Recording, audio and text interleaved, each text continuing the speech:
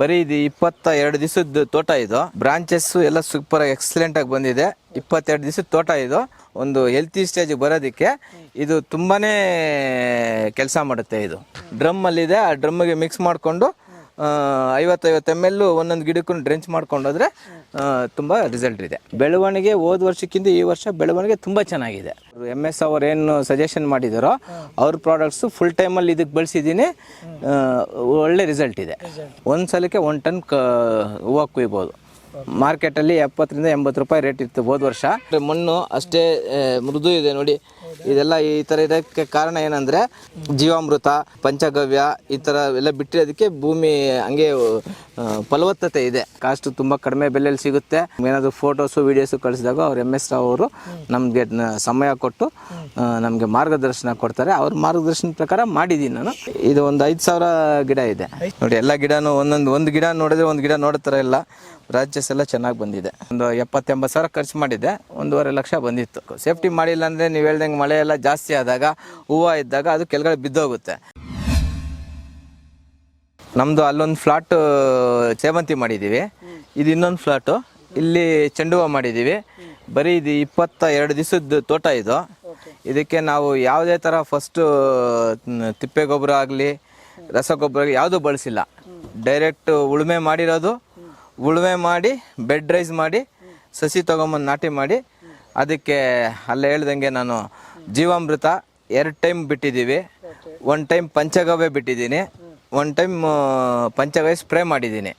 ಇದಲ್ಲದೆ ಚಿಕ್ಕ ಗಿಡಗಳಿದ್ದಾಗ ಇವ್ರದ್ದೇ ಪ್ರಾಡಕ್ಟ್ಸ್ ಆದಂಥ humic acid, fulvic acid, VAM 1 time drenching, ಮತ್ತು potassium humate, seaweed extract 1 time drench ಮಾಡಿದ್ದೀನಿ. ಬ್ರಾಂಚಸ್ಸು ಎಲ್ಲ ಸೂಪರ್ ಎಕ್ಸಲೆಂಟ್ ಆಗಿ ಬಂದಿದೆ. 22 ದಿವಸದ ತೋಟ. ಇದು 22 ದಿವಸದ ತೋಟ ಸಾಮಾನ್ಯವಾಗಿ ಈ ಥರ ಇರಲ್ಲ. But Susthita bio organics products use ಮಾಡಿರೋದ್ರಿಂದ ರಿಸಲ್ಟ್ ಇದೆ. 22 ದಿವಸಕ್ಕೆ ಇಷ್ಟೆಲ್ಲ ಕೊಡಬೇಕಾ? 22 ದಿವಸಕ್ಕೆ ಅಂದರೆ ಗಿಡ ಚೆನ್ನಾಗಿ ಬರಬೇಕಂದ್ರೆ ಬೇರೆ ಚೆನ್ನಾಗಿ ಹೋಗ್ಬೇಕು.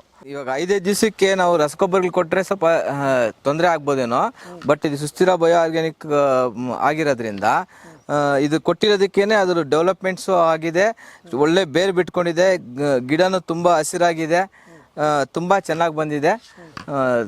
ಒಳ್ಳೆ ಪ್ರಾಡಕ್ಟ್ಸ್. ಇದು ಯೂಸ್ ಮಾಡ್ಬೋದು. ಎಲ್ಲ ರೈತರು ಯೂಸ್ ಮಾಡಿ ಒಳ್ಳೆ ರಿಸಲ್ಟ್ ಬರುತ್ತೆ. ಇದು ಬಂದು ವ್ಯಾಮು ಹ್ಯೂಮಿಕ್ ಫಲ್ವಿಕ್ ಆ್ಯಸಿಡ್, ಯೂಮಿಕ್ ಆ್ಯಸಿಡ್. ಇದು 1 ಟೈಮ್ ಡ್ರಿಂಚ್ ಮಾಡಿರೋದು. ಇದಲ್ಲದೆ ಸೀವಿಡ್ ಎಕ್ಸ್ಟ್ರಾಕ್ಟು, ಪೊಟ್ಯಾಷಿಯಮ್ ಮ್ಯೂಮೇಟ್ ಒಂದು ಸಲ ಡ್ರಿಂಚ್ ಮಾಡಿದ್ದೀವಿ. ತುಂಬ ಇದು ಆ್ಯಕ್ಚುಲಿ ಬೆಳವಣಿಗೆ ಸ್ಟೇಜಲ್ಲಿ ಗಿಡಗಳಿಗೆ 5 ದಿವಸ ಆಗಿ ಗಿಡ ಚೆನ್ನಾಗಿ ಅದು ಒಂದು ಹೆಲ್ತಿ ಸ್ಟೇಜ್ ಬರೋದಕ್ಕೆ ಇದು ತುಂಬಾ ಕೆಲಸ ಮಾಡುತ್ತೆ. ಇದು ತುಂಬಾ ಇಂಪಾರ್ಟೆಂಟ್. ಇದು ಹೂವಿನ ಗಿಡ ಅಂತಲ್ಲ, ಎಲ್ಲ ತರಕಾರಿ ಬೆಳೆಗಳಿಗೆ ವ್ಯಾಮು ಮತ್ತು ಯೂಮಿಕ್ ಫಲ್ವಿಕ್ಕು 5 ದಿವಸ ಗಿಡ ನಾಟಿ ಮಾಡಿದ ಮೇಲೆ 5 ರಿಂದ 8 ದಿವಸ ಒಳಗಡೆ ಡ್ರೆಂಚ್ ಮಾಡಿದ್ರೆ ತುಂಬ ರಿಸಲ್ಟ್ ಬರುತ್ತೆ. ಇದು ಪ್ರತಿ ಗಿಡಕ್ಕೂ 50 ml ಡ್ರೆಂಚ್ ಮಾಡ್ಕೊಂಡು ಹೋಗ್ಬೇಕು. 200 ಲೀಟ್ರಿಗೆ ಇದು 1 ಲೀಟ್ರು ಯೂಮಿಕ್ ಫಲ್ವಿಕ್ ಆಸಿಡ್, ವ್ಯಾಮು 200 ಲೀಟ್ರಿಗೆ ಡ್ರಮ್ಮಲ್ಲಿದೆ. ಆ ಡ್ರಮ್ಗೆ ಮಿಕ್ಸ್ ಮಾಡಿಕೊಂಡು 50 ml ಒಂದೊಂದು ಗಿಡಕ್ಕೂ ಡ್ರೆಂಚ್ ಮಾಡ್ಕೊಂಡೋದ್ರೆ ತುಂಬ ರಿಸಲ್ಟ್ ಇದೆ. 50 mlಗೆ ಏನು ಮಾಡಿಕೊಂಡಿದ್ದೀವಿ ನಾವು? ಚಿಕ್ಕದೊಂದು ಕಪ್ ಇಟ್ಕೊಂಡಿದ್ದೀವಿ. ಬಕೆಟಲ್ಲಿ ಇಲ್ಲಾಂದರೆ ಸ್ಪ್ರೇ ಪಂಪಲ್ಲಿ ನಮಗೆ ಅನುಕೂಲ ಯಾವ ಥರ ಆಗುತ್ತೋ ಆ ಥರ 50 ml ಬೀಳೋ ಥರ ಒಂದೊಂದು ಗಿಡಕ್ಕೂ ಡ್ರೆಂಚ್ ಮಾಡಿದ್ದೀವಿ. ನೋಡಿ ಇದು ಗಿಡ. ಇದು ಈ ಪ್ರಾಡಕ್ಟ್ಸ್ ಎಲ್ಲ ಬಳಸಿರೋದಕ್ಕೆ ನೋಡಿ, ಬ್ರಾಂಚಸ್ ಒಂದು ಗಿಡದಲ್ಲಿ ಬ್ರಾಂಚಸ್ಸು 1, 2, 3, 4, 5, 6, 7, 8, 9, 10 ಬ್ರಾಂಚಸ್ ಚೆನ್ನಾಗಿ ಬಂದಿದೆ. ಇದು ಹೋದ ವರ್ಷ ಇದೇ ಫೀಲ್ಡ್ಗೆ ಇದು ಯೂಸ್ ಮಾಡಿದ್ವಿ. ಆವಾಗ ಸ್ವಲ್ಪ ಅಂದರೆ ಬೇರೆ ಪ್ರಾಡಕ್ಟ್ ಯೂಸ್ ಮಾಡಿದ್ವಿ. ಸ್ವಲ್ಪ ಬ್ರಾಂಚಸ್ ಕಡಿಮೆ ಇತ್ತು. ಬೆಳವಣಿಗೆ ಹೋದ ವರ್ಷಕ್ಕಿಂತ ಈ ವರ್ಷ ಬೆಳವಣಿಗೆ ತುಂಬ ಚೆನ್ನಾಗಿದೆ. ಈ ವರ್ಷ ಇದೇ ಪ್ರಾಡಕ್ಟ್ ಫಸ್ಟ್ ಟೈಮ್ ಅಂದರೆ ಈ ಲ್ಯಾಂಡ್ಗೆ ಈ ಪ್ರಾಡಕ್ಟ್ ಬಳಸಿದ್ದೀವಿ. ಬಳಸಿದ್ದೀವಿ ಈ ಟೈಮ್. MS ಅವರು ಏನು ಸಜೆಷನ್ ಮಾಡಿದಾರೋ ಅವ್ರ ಪ್ರಾಡಕ್ಟ್ಸ್ ಫುಲ್ ಟೈಮಲ್ಲಿ ಇದಕ್ಕೆ ಬಳಸಿದ್ದೀನಿ. ಒಳ್ಳೆ ರಿಸಲ್ಟ್ ಇದೆ. ನೆಕ್ಸ್ಟ್ ಇನ್ನೇ ಈಗ ಎಷ್ಟು ಡೇಸ್ ಆಗಿದೆ ಅಂತ ಹೇಳಿ? 22 ದಿವಸ ಆಗಿದೆ ಸರ್. 22 ದಿನ ಆಗಿದೆ ಅಂತ ಹೇಳಿದ್ರೆ ಇನ್ನು ಎಷ್ಟು ದಿನದ ಸರ್ ಇದು? ಇನ್ನೇ ಎಷ್ಟು ದಿನಕ್ಕೆ ಇದು ಹೂವು ಬಿಡೋ ಅಂತ ಸರ್? ಇದು 65-70 ದಿವಸಕ್ಕೆ ಸ್ಯಾಂಪಲ್ ಆಗುತ್ತೆ. ಸೊ 70 ದಿವಸಕ್ಕೆ ನಮಗೆ ಕರೆಕ್ಟಾಗಿ ಗಣೇಶ ಹಬ್ಬಕ್ಕೆ ಇದು ನಮಗೆ ಫುಲ್ ಫಸಲು ಸಿಗುತ್ತೆ. ಫುಲ್ ಫಸಲು ಈ ತೋಟಕ್ಕೆ ಒಂದು ಸಲಕ್ಕೆ 1 ಟನ್ ಹೂವು ಕುಯ್ಬೋದು. ಮಾರ್ಕೆಟಲ್ಲಿ 70-80 ರೂಪಾಯಿ ರೇಟ್ ಇತ್ತು ಹೋದ ವರ್ಷ. ಈ ವರ್ಷನೂ ಹೆಚ್ಚು ಕಡಿಮೆ ಅದೇ ರೇಟ್ ಬರ್ಬೋದು ಅಂದ್ಕೊಂಡಿದ್ದೀವಿ. ಅದು ಬಂದ್ರೂ ನಮಗೆ ಅಂಥ ಲಾಸ್ ಏನಾಗಲ್ಲ, ಒಳ್ಳೆ ಇದು ಸಿಗುತ್ತೆ. ಮತ್ತೆ ಇನ್ನೇನು ಕೊಡಬೇಕು ಸರ್ ಇವಕ್ಕೆ? ಬೆಳವಣಿಗೆ ಚೆನ್ನಾಗಿದೆ, ಇನ್ನು ಬೆಳೀತಾ ಇದು ಇವಾಗ ಇನ್ನು ನೆಕ್ಸ್ಟ್ CVD ಎಕ್ಸ್ಟ್ರಾಕ್ಟ್ ಎಲ್ಲ ಸ್ಪ್ರೇ ಮಾಡಿದ್ರೆ ಚೆನ್ನಾಗಿ ಇನ್ನೂ ಲಾಕ್ ಚೆನ್ನಾಗಿ ಬರುತ್ತೆ. ಮತ್ತು ಈ ಕಾಂಡ ಎಲ್ಲ ಇನ್ನೂ ಗಟ್ಟಿ ಆಗುತ್ತೆ, ಗಾಳಿ ಬಂದ್ರೂ ಬೀಳಲ್ಲ, ಒಳ್ಳೆ ಮೊಗ್ಗೆಲ್ಲ ಹಾಕ್ಕೊಳ್ಳುತ್ತೆ. ಇದು ಒಳ್ಳೆ ಇದಿದೆ. ಮತ್ತು ಜೊತೆಗೆ ನಾವು ಹೆಂಗೂ ಜೀವಾಮೃತ ಫಸ್ಟ್ ಸ್ಟಾರ್ಟಿಂಗಲ್ಲಿ ಹಿಂದೆ ಬಿಟ್ಟೆ. ಏನಕ್ಕೆ ಬಿಟ್ಟೆ ಅಂದರೆ ಇದಕ್ಕೇನು ಗೊಬ್ಬರ ಏನು ಹೊಡ್ಸಿರ್ಲಿಲ್ಲ. ಸೊ ಆವಾಗ ಬಿಟ್ಟೆ. ಇವಾಗ ಸ್ವಲ್ಪ ಗ್ಯಾಪ್ ಕೊಟ್ಟಿದ್ದೀನಿ. 10 ದಿವಸ ಆದಮೇಲೆ ಜೀವಾಮೃತ, ಪಂಚಗವ್ಯ ಇದು ಬಿಡ್ತಾನೆ ಇರ್ತೀನಿ ನಾನು. ತಿಂಗಳಿಗೆ 2 ಸಲ ಬಿಡ್ತೀನಿ. ರಿಸಲ್ಟ್ ಇದೆ. ಗ್ರೀನ್ ಎಲ್ಲ ಹಸಿರೆಲ್ಲ ನೋಡಿ, ಹೆಸರೆಲ್ಲ ನೋಡಿ ಚೆನ್ನಾಗಿದೆ ನೋಡಿ. ಭೂಮಿ ಒಳಗಡೆ ತೊಗೊಂಡ್ರೆ ಮಣ್ಣು ಅಷ್ಟೇ ಮೃದು ಇದೆ ನೋಡಿ. ಇದೆಲ್ಲ ಈ ಥರ ಇದಕ್ಕೆ ಕಾರಣ ಏನಂದರೆ ಜೀವಾಮೃತ, ಪಂಚಗವ್ಯ ಈ ಥರ ಎಲ್ಲ ಬಿಟ್ಟಿರೋದಕ್ಕೆ ಭೂಮಿ ಹಂಗೆ ಫಲವತ್ತತೆ ಇದೆ, ಬೇರೆಲ್ಲ ಚೆನ್ನಾಗಿ ಹೋಗುತ್ತೆ. ಇವ್ರ ಪ್ರಾಡಕ್ಟ್ಸ್ ಎಲ್ಲ ಚೆನ್ನಾಗಿದೆ ಸರ್, ಬಳಸ್ಬೋದು, ಎಲ್ಲ ರೈತರು ಬಳಸ್ಬೋದು. ಮತ್ತು ಕಾಸ್ಟ್ ವರ್ಗು ಚೆನ್ನಾಗಿದೆ. ಕಾಸ್ಟ್ ತುಂಬ ಕಡಿಮೆ ಬೆಲೆಯಲ್ಲಿ ಸಿಗುತ್ತೆ. ನಾವು ಒಂದು ಮೂಟೆ ಗೊಬ್ಬರ ತೊಗೊಬರ್ಬೇಕು, 2 ಮೂಟೆ ತರಬೇಕು ಅನ್ನೋದು ಆಟೋ ತೊಗೊಂಡು ಹೋಗಬೇಕು. ಆ ಥರ ಸಮಸ್ಯೆ ಎಲ್ಲ ಏನಿರಲ್ಲ. ಇವರು 5 ಲೀಟ್ರ್ ಕ್ಯಾನು 2 ಲೀಟ್ರ್ ಕ್ಯಾನಲ್ಲಿ ಕೊಡ್ತಾರೆ. ಮತ್ತು ಅವ್ರು ನಮ್ಗೆ ಮಾರ್ಗದರ್ಶನ ಕೊಡ್ತಾರೆ, ಹೆಂಗೆ ಯೂಸ್ ಮಾಡಿ, ಏನು ಎಷ್ಟು ML ಯೂಸ್ ಮಾಡ್ಬೋದು, ಯಾವ ಸ್ಟೇಜು ಎಲ್ಲ ನಮ್ಗೇನಾದರೂ ಫೋಟೋಸು ವೀಡಿಯೋಸು ಕಳಿಸಿದಾಗ ಅವ್ರು MS ರಾವ್ ಅವರು ನಮಗೆ ಸಮಯ ಕೊಟ್ಟು ನಮಗೆ ಮಾರ್ಗದರ್ಶನ ಕೊಡ್ತಾರೆ. ಅವ್ರ ಮಾರ್ಗದರ್ಶನ ಪ್ರಕಾರ ಮಾಡಿದ್ದೀನಿ ನಾನು. ನನಗೆ ನನ್ನ ತೋಟ ಇದ್ರ ಬಗ್ಗೆ ತೃಪ್ತಿ ಇದೆ. ಎಷ್ಟು ಗಿಡಗಳಿದೆ ಸರ್ ಇಲ್ಲಿ? ಇದು ಒಂದು 5,000 ಗಿಡ ಇದೆ. 5,000 ಗಿಡಗಳು? 5,000 ಗಿಡಗಳು ಇದೇ ರೀತಿ ಇದೆಯಾ? 5,000 ಇದೆ ನೋಡಿ. ಎಲ್ಲ ಗಿಡನೂ ಒಂದೇ ಥರ ಇದೆ. ಒಂದೇ ಲೆವೆಲ್ಗೂ ಇದೆ. ಒಂದೇ ಲೆವೆಲ್ಗೂ ಇದೆ. ನೀವು ನೋಡ್ಬೋದು, ವಿಡಿಯೋ ಮಾಡ್ಕೋಬೋದು ನೋಡಿ. ಎಲ್ಲ ಗಿಡನೂ ಒಂದು ಗಿಡ ನೋಡಿದ್ರೆ ಒಂದು ಗಿಡ ನೋಡೋ ಥರ ಇಲ್ಲ. ಬ್ರಾಂಚಸ್ ಎಲ್ಲ ಚೆನ್ನಾಗಿ ಬಂದಿದೆ. ಇಷ್ಟು ಚೆನ್ನಾಗಿ ಕಳೆ ಇಲ್ದಂಗೆ ಮಾಡಿದ್ರಲ್ಲ, ಹೆಂಗೆ ಸರ್? ಇಲ್ಲ, ಕಳೆ ಸ್ವಲ್ಪ ಮಳೆ ಕಡಿಮೆ ಇದೆ. ಇನ್ನು ಸ್ವಲ್ಪ ಕಳೆ ಬಂದಿದೆ, ಅದೆಲ್ಲ ಕ್ಲೀನ್ ಮಾಡಿಸ್ಬೇಕು. ಯಾಕಂದರೆ ಕಳೆ ಎಲ್ಲ ಒಂದು ತಿಂಗಳಾದ್ಮೇಲೆ ಬರೋದು. ಇವಾಗ 22 ದಿವಸ ಆದಮೇಲೆ ಸ್ವಲ್ಪ ಮಳೆನೂ ಕಡಿಮೆ ಇರೋದು, ಸ್ವಲ್ಪ ಕಳೆ ಕಡಿಮೆ ಇದೆ. ಓಕೆ. ಆ ಕಡೆ ಸರ್, ಆ ಕಡೆ ಏನು ಹಾಕಿದ್ರೆ? ಸೇಮ್ ಇದೇ ಇದು, ಇಲ್ಲಿಂದ ಅಲ್ಲಿವರೆಗೂ ಒಂದೇ ಐಟಮ್ಮೇ. ಬನ್ನಿ ಬೇಕಾದ್ರೆ ಅಲ್ಲಿ ನೋಡಿ ಬನ್ನಿ. ಆ ಕಡೆ ಎಲ್ಲ ಸೇಫ್ಟಿ ಏನು ಮಾಡೇ ಇಲ್ವಲ್ಲ ಸರ್? ಸೇಫ್ಟಿ ಅಂತಂದರೆ ಇಲ್ಲಿ ಅಂತ ನಮಗೆ ಬೇರೆ ಥರ ಕಳ್ತನ ಆಗೋದಾಗಲಿ ಏನೂ ಇಲ್ಲ. ಇಲ್ಲೆಲ್ಲ ಇರೋದೆಲ್ಲ ನಮ್ಮ ಅಣ್ಣ ತಮ್ಮಂದಿರ ಜಮೀನುಗಳೇ ಇರೋದ್ರಿಂದ ಬೇರೆಯವರೆಲ್ಲ ಬಂದು ತೊಗೊಂಡು ಹೋಗ್ತಾರೆ, ಮಾಡ್ತಾರೆ. ಆ ಥರ ಏನೂ ಇಲ್ಲ. ಬಟ್ ಈ ಸೆಕ್ಕಿಂಗ್ ಪೇಸ್ಟು ಅಂತ ಇದಕ್ಕೆಲ್ಲ ಸ್ವಲ್ಪ ಮೆಶ್, ಆ ಥರ ವೈಟ್ ಮೆಶ್ ಕಟ್ಕೊಂಡ್ರೆ ಸ್ವಲ್ಪ ಒಳ್ಳೆಯದು. ಈ ಕ್ರಾಪ್ಗೆ ರಿಕ್ವೈರ್ಮೆಂಟ್ ಇಲ್ಲ ಅಂತ ಮಾಡಿಲ್ಲ. ಅಕಸ್ಮಾತ್ ರಿಕ್ವೈರ್ಮೆಂಟ್ ಇರೋ ಕ್ರಾಪ್ಗಳು ಮಾಡಿದಾಗ ಮಾಡ್ತೀವಿ. ಈಗ ಇಲ್ಲಿ ಆಡು, ಕುರಿ, ದನ, ಹಸುಗಳು ಇಲ್ಲ, ಸಾಮಾನ್ಯವಾಗಿ ಆ ಥರ ಎಲ್ಲ ಬರಲ್ಲ. ಬಂದ್ರೂ ಜನ ನೋಡ್ಕೋತಾರೆ, ಇರ್ತಾರೆ. ಆ ಥರದ್ದೇನಿಲ್ಲ. ಸ್ವಲ್ಪ ಕೋತಿಗಳು ಬರ್ತವೆ, ನಾವು ಬಂದಾಗ ನೋಡ್ಕೋಬೇಕಷ್ಟೆ. ಇದು ನೀವೇನೇ ನೋಡ್ಕೊಳ್ತಿರ್ತೀರಿ? ಇಲ್ಲ, ಲೇಬರು ಇರ್ತಾರೆ. ಲೇಬರ್ನೆಲ್ಲ ಸ್ವಲ್ಪ ಕಡಿಮೆ ನಾವು ನೋಡ್ಕೋತಾ ಇರ್ತೀವಿ.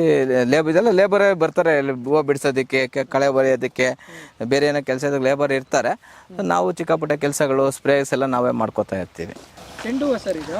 ಚೆಂಡು ಹೂವು ಒಂದ್ಸಲ ಸ್ಟಾರ್ಟ್ ಆದ್ಮೇಲೆ ಎಷ್ಟು ತಿಂಗಳು ಗಂಟು ಬಿಡ್ತಾರೆ ಸರ್? ಈ ಚೆಂಡು ಹೂವು ಎಲ್ಲ 1.5 2 ತಿಂಗಳು ಬರುತ್ತೆ. ತೋಟ 2 ತಿಂಗಳು ಬರುತ್ತೆ. 2 ತಿಂಗಳು ಒಂದು 8ರಿಂದ 10 ಕಟ್ಟಿಂಗ್ ಬರುತ್ತೆ. ವಾರಕ್ಕೊಂದು ಕಟ್ಟಿಂಗ್ ಆದ್ರೂ ನಮ್ಗೆ ಆ ಟೈಮಲ್ಲಿ ಒಂದು ಒಳ್ಳೆ ರೇಟ್, ಒಂದು 50 ರೂಪಾಯಿ ಮೇಲೆ ಸಿಕ್ಕಿದ್ರೇನು ನಮಗೆ ಒಳ್ಳೆ ದುಡ್ಡು ಬರುತ್ತೆ. 30 ರೂಪಾಯಿ ಸಿಕ್ಕಿದ್ರೂ ನಮಗೇನು ಲಾಸ್ ಆಗಲ್ಲ. 50 ರೂಪಾಯಿ ಸಿಕ್ಕಿದ್ರೆ ನಮ್ಗೆ ಒಳ್ಳೆ ದುಡ್ಡು. ಹೋದ ವರ್ಷ ನಮಗೆ ಇದೇ ತೋಟದಲ್ಲಿ, ಈ ಕಡೆಯಿಂದ ಬನ್ನಿ, ಇದೇ ತೋಟದಲ್ಲಿ ಹೋದ ವರ್ಷ ನಾವು ಬೆಳೆದಿದ್ವಿ. 1.5 ಲಕ್ಷ ಇದು ಮಾಡಿದ್ವಿ. ಒಂದು 70-80 ಸಾವಿರ ಖರ್ಚು ಮಾಡಿದ್ದೆ. 1.5 ಲಕ್ಷ ಬಂದಿತ್ತು. ಈ ಸಲನೂ ಒಳ್ಳೆ ಅದೇ ಟೈಮ್ಗೆ ಬರೋ ಥರ ಇದೆ. ಎಕ್ಸ್ಪೆಕ್ಟ್ ಮಾಡ್ತಾ ಇದ್ದೀವಿ. ಮತ್ತು ಇದು ಚೆಂಡು ಹೂವು ಹಾಕೋದ್ರಿಂದ ಭೂಮಿಯಲ್ಲಿ ಬೀಳ್ಟು ಆ ಥರ ಸಮಸ್ಯೆ ಇರಲ್ಲ. ಮತ್ತು ಇದೇ ಚೆಂಡು ಹೂವು ಇದು ಗಿಡ ಆದಮೇಲೆ ಕಿತ್ತು ಮತ್ತು ರೋಟ್ರಾವೇಟ್ರ್ ಹಾಕಿ ಮಲ್ಚ್ ಮಾಡಿದ್ರೆ ಮತ್ತು ನೆಕ್ಸ್ಟ್ ನಾವು ಏನೇ ಬೆಳೆ ಇಡಲಿ ಆ ಬೆಳೆಗೆ ನಾವು ಗೊಬ್ಬರ ಓಡಿಸೋ ಅವಶ್ಯಕತೆ ಇಲ್ಲ. ಡೈರೆಕ್ಟ್ ಮೇಲೆ ಇದೇ ಗೊಬ್ಬರ ಆಗುತ್ತೆ. ಮೇಲೆ ಗೊಬ್ಬರ ಹಾಕ್ಕೊಂಡು ಮಾಡ್ಕೋಬೋದು. ಮೇಲೆ ಗೊಬ್ಬರ ಅಂದರೆ ಇಷ್ಟು ದಿವಸ ನಾವು ರಸಗೊಬ್ಬರ ಯೂಸ್ ಮಾಡ್ತಾಯಿದ್ವಿ. ಈ ಸಲ ಜೀವಾಮೃತ, ಪಂಚಗವ್ಯ ಇದನ್ನೇ ಯೂಸ್ ಮಾಡಿ ಬೆಳೆ ಮಾಡ್ಕೋಬೋದು. ಈಗ ಮಳೆಗಾಲ, ಈ ಟೈಮಲ್ಲಿ ಜೋರಾಗಿ ಮಳೆ ಗಿಳೆ ಬಂದಾಗ ಗಿಡಗಳಿಗೆ ಏನಾದ್ರು ಸಮಸ್ಯೆ ಆಗುತ್ತೆ? ಇಲ್ಲ, ಇದಕ್ಕೆ ಇವಾಗ ಆಲ್ರೆಡಿ 22 ದಿವಸ ಆಯಿತು. ನಾನು ಮುಂದಿನ ವಾರ ಇದಕ್ಕೆಲ್ಲ ಕಡ್ಡಿ ಹಾಕ್ತೀನಿ. ಕಡ್ಡಿಗಳಿದೆ, ಕಡ್ಡಿ ಹಾಕಿ ಗಿಡ ಜಾಸ್ತಿ ಬಂದು ಕೆಳಗಡೆ ಬೀಳದೇ ಇರೋ ಥರ ಕಡ್ಡಿ ಹಾಕಿ ಇದನ್ನ ಸೇಫ್ಟಿ ಮಾಡಬೇಕು. ಸೇಫ್ಟಿ ಮಾಡಿಲ್ಲ ಅಂದರೆ ನೀವು ಹೇಳ್ದಂಗೆ ಮಳೆ ಎಲ್ಲ ಜಾಸ್ತಿ ಆದಾಗ, ಹೂವು ಇದ್ದಾಗ ಅದು ಕೆಳಗಡೆ ಬಿದ್ದೋಗುತ್ತೆ, ಬಿದ್ದು ಸೀಳ್ಕೊಂಡ್ಬಿಡುತ್ತೆ. ಅವಾಗೆಲ್ಲ ಬಾಗುತ್ತೆ, ಹಾಳಾಗುತ್ತೆ, ಮುರಿದೋಗುತ್ತೆ. ಸೊ ಅದ್ರ ಸಲುವಾಗಿ ನಾವೇನು ಮಾಡ್ತೀವಿ, ಈಗ ಇನ್ನೊಂದು ವಾರ ಆದ ತಕ್ಷಣ ಕಡ್ಡಿ ಹಾಕ್ತೀವಿ. ಕಡ್ಡಿ ಹಾಕಿ ದಾರ ಕಟ್ಟಿ ಆ ಗಿಡ ಬಿದ್ರೂ ದಾರದ ಮೇಲೆ ಮಲ್ಕೊಳ್ಳೋ ಥರ ಮಾಡಿ ನಾವು ನಮ್ಮ ತೋಟನ ಕಾಪಾಡ್ಕೊಳ್ಳೋದಕ್ಕೆ ಯಾವ ಥರ ಇದು ಬೇಕೋ ಸಿಸ್ಟಮ್ ಅದನ್ನು ಮಾಡ್ಕೋತೀವಿ. ಮಳೆ ನಂಬಿ ನೀವೇನೋ ಬೆಳೆ ಮಾಡ್ತಿದ್ರೆ ಇಲ್ಲ, ಇದೆಲ್ಲ ನಮ್ದು ಓನ್ ಬೋರ್ವೆಲ್ಗಳಿದ್ದಾವೆ. ಬೋರ್ವೆಲ್ ಅಲ್ಲಿದೆ, ಇಲ್ಲಿದೆ, ಮತ್ತು ಅಲ್ಲಿ ಬರ್ತಾ ಅಲ್ಲೊಂದು ಫ್ಲಾಟ್ ನೋಡಿದ್ರೆ ಅಲ್ಲಿ ರೆಡಿ ಆಗ್ತಾ ಇದೆ, ಅದು ನಮ್ಮ ಅಣ್ಣವ್ರದ್ದು. ಸೊ ಓನಾಗಿ ಬೋರ್ವೆಲ್ ಇದೆ. ಇದು ಬೇಡ ಮಳೆಗೆ ಮಾಡೋಂತಂದ್ರೆ ಗದ್ದೆಗಳಿದ್ದಾವೆ, ಗದ್ದೆ ಮಾಡ್ತಾ ಇದ್ದೀವಿ. ಅದು ಒಂದು ಎಕರೆ ಗದ್ದೆ ಇದೆ, ಅದು ಮಾಡಿದ್ದೀವಿ. ಈ ಸಲ ಭತ್ತ ಬೆಳ್ಕೊಂಡ್ವಿ, ಈ ಸಲ ಮಳೆ ಆಗಿತ್ತು ಅಂತ. ಇಷ್ಟು ಮಾತ್ರ ಇದೆ, ನಮ್ಮದು ಚಿಕ್ಕದಾಗಿದೆ, ಚೊಕ್ಕವಾಗಿ ಮಾಡ್ಕೋತಾ ಇದ್ದೀನಿ. ಓಕೆ, ತುಂಬ ಜಮೀನು ಎಕರೆಗಟ್ಟಲೆ ಇದ್ರೂ ಮಾಡೋಕ್ಕಾಗಲ್ಲ. ಇಲ್ಲ, ನಾವು ಒಂದು 3 ಎಕರೆ ಚೊಕ್ಕವಾಗಿ ಮಾಡ್ಕೋತಾ ಇದ್ದೀನಿ, ಜಾಸ್ತಿ ಬರ್ಡನ್ ತಗೊಳ್ದೆ. ಇವತ್ತಿನ ದಿವಸ ಲೇಬರ್ ಕಾಸ್ಟ್ ಜಾಸ್ತಿ ಇದೆ, ಲೇಬರ್ ಸಿಗ್ತಾ ಇಲ್ಲ. ಇರೋದ್ರಲ್ಲಿ ನಾವೇ ಸ್ವಲ್ಪ ಬೆಳಗ್ಗೆ ಸಂಜೆ ತೋಟದ ಹತ್ರ ಓಡಾಡಿಕೊಂಡು ಚಿಕ್ಕಪುಟ್ಟ ಕೆಲಸ ಮಾಡಿಕೊಂಡು ಲೇಬರ್ ಇರೋವಂಥ ಲೇಬರ್ನ ಹಾಕ್ಕೊಂಡು ಕೆಲಸ ಮಾಡಿಸ್ಕೊಂಡು ಹೋಗ್ತಾ ಇದ್ದೀವಿ. ಸರ್, ಯಾವುದೇ ಬೆಳೆ ಮಾಡಿದ್ರು ರೋಗ ಇಲ್ದಿರೋ ಬೆಳೆಗಳೇ ಇಲ್ಲ. ಸೊ ಯಾವ್ದಾರ ಒಂದು ರೋಗಗಳು ಕಾಣಿಸ್ಕೊಳ್ತಾ ಇರುತ್ತೆ ಬೆಳವಣಿಗೆ ಟೈಮಲ್ಲಿ.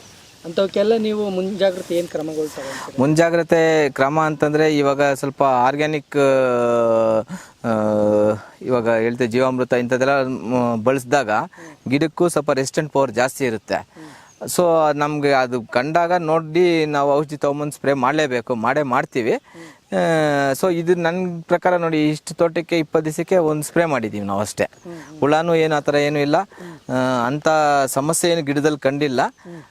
ಇನ್ನು ಮಳೆ ಎಲ್ಲ ಬಿದ್ದಾಗ ನಮಗೆ ಇದು ಬರುತ್ತೆ, ಸ್ವಲ್ಪ ಫಂಗಿಸೈಡ್ಸ್ ಎಲ್ಲ ಹೊಡಿಬೇಕಾಗುತ್ತೆ. ಮಳೆ ಇಲ್ದಿರೋದಕ್ಕೆ ಏನು ರೋಗ ಏನೂ ಇಲ್ಲ, ರೋಗ ಬಾಧೆ ಏನೂ ಇಲ್ಲ. ಚೆನ್ನಾಗಿದೆ ತೋಟ, ತುಂಬ ಚೆನ್ನಾಗಿದೆ. ತೋಟ ತುಂಬ ಚೆನ್ನಾಗಿದೆ. ಇದು ಮಣ್ಣು ಸೇಮ್ ಕೆಂಪು ಮಣ್ಣು, ಕೆಂಪು ಭೂಮಿ, ಎಲ್ಲ ಥರ ಬೆಳೆಗಳಿಗೂ ಆಗ್ಬರುತ್ತೆ ಇದು ಭೂಮಿ. ತೋಟಗಾರಿಕೆ ಈ ಬೆಳೆ ಹಾಕಿದ್ವಿ, ಇದು ಹೂವಿಂದು ಮುಗಿದ್ಮೇಲೆ ಸರ್, ಇದು ಗಿಡ ಎಲ್ಲ ಒಂದು ಫಸಲು ಕೊಟ್ಟಾದ್ಮೇಲೆ ನಿಮಗೆ ನೆಕ್ಸ್ಟ್ ಏನು ಬೆಳೆ? ಸರ್, ಇದಕ್ಕೆ ನಾನು ಮೋಸ್ಟ್ಲಿ ನನ್ನ ಇದು ಚೆಂಡು ಹೂ ಹಾಕಿರೋದ್ರಿಂದ ಇದೇ ಫಲವತ್ತತೆನ ಮತ್ತೆ ರೋಟ್ರಿ ಹಾಕಿ ಮತ್ತೆ ಉಳುಮೆ ಎಲ್ಲ ಮಾಡಿಸಿ ಸೆಂಟೆಲ್ಲೋ ಸೇವಂತಿಗೆ ಉಳೋಣ ಅಂತ ಇದ್ದೀನಿ ಸರ್. ಸೇವಂತಿಗೆ ಅಲ್ಲಿ ಆಗೋದ್ಮೇಲೆ ಇಲ್ಲಿ ಸೇವಂತಿಗೆ ಉಳೋಣ ಅಂತ ಇದ್ದೀನಿ. ಅಲ್ಲಿ ನೋಡೋಣ ಯಾವ್ದು ಅನುಕೂಲ ಬರುತ್ತೋ ಆ ಟೈಮ್ಗೆ, ರೇಟುಗಳು, ಮಾರ್ಕೆಟು ಸಿಚುಯೇಷನ್ ನೋಡ್ಕೊಂಡು ಮಾಡೋಣ ಅಂತ ಇದ್ದೀವಿ. ತರಕಾರಿ ಬೆಳಿತೀರಾ, ಹೂಗಳೆಲ್ಲ ಬೆಳೀತಾ ಇರ್ತೀರಾ, ಇದ್ರಲ್ಲಿ ನಿಮ್ಗೆ ಯಾವ್ದ್ರಲ್ಲಿ ಸಬ್ಸಿಡಿ ಸಿಕ್ಕಿದೆ ಸರ್ಕಾರ? ಇಲ್ಲ, ನಾವು ಆ ಥರ ಸಬ್ಸಿಡಿ ಯಾವುದು ಪಡ್ಕೊಂಡಿಲ್ಲ. ಓನ್ ಬಂಡವಾಳ ಹಾಕ್ತೀವಿ, ಬೆಳ್ಕೊತೀವಿ ಅಷ್ಟೇ. ಬೇರೆ ಸಬ್ಸಿಡಿ ಅಂತದ್ದು ಯಾವ್ದು ಅಂತ ಮಾಡಿಲ್ಲ. ಸಬ್ಸಿಡಿ ಸಿಗುತ್ತಾ ಮಾಡೋರಿಗೆ? ಇಲ್ಲ, ಇದ್ರ ಬಗ್ಗೆ ಅಷ್ಟು ಐಡಿಯಾ ಇಲ್ಲ. ಯಾಕಂದರೆ ಈ ಮಾವು ಗಿಡ ಎಲ್ಲ ನಾಟಿ ಮಾಡೋ ಟೈಮಲ್ಲಿ ಕೊಡ್ತಾರೆ ಅಂತಾರೆ NRG ವರ್ಕ್ಗಳಲ್ಲಿ. ಈ ತೋಟಗಾರಿಕೆ ಕೃಷಿ ಬೆಳೆಗಳಲ್ಲಿ ಯಾವುದಕ್ಕೂ ಸಬ್ಸಿಡಿಗಳು ಸಿಗಲ್ಲ.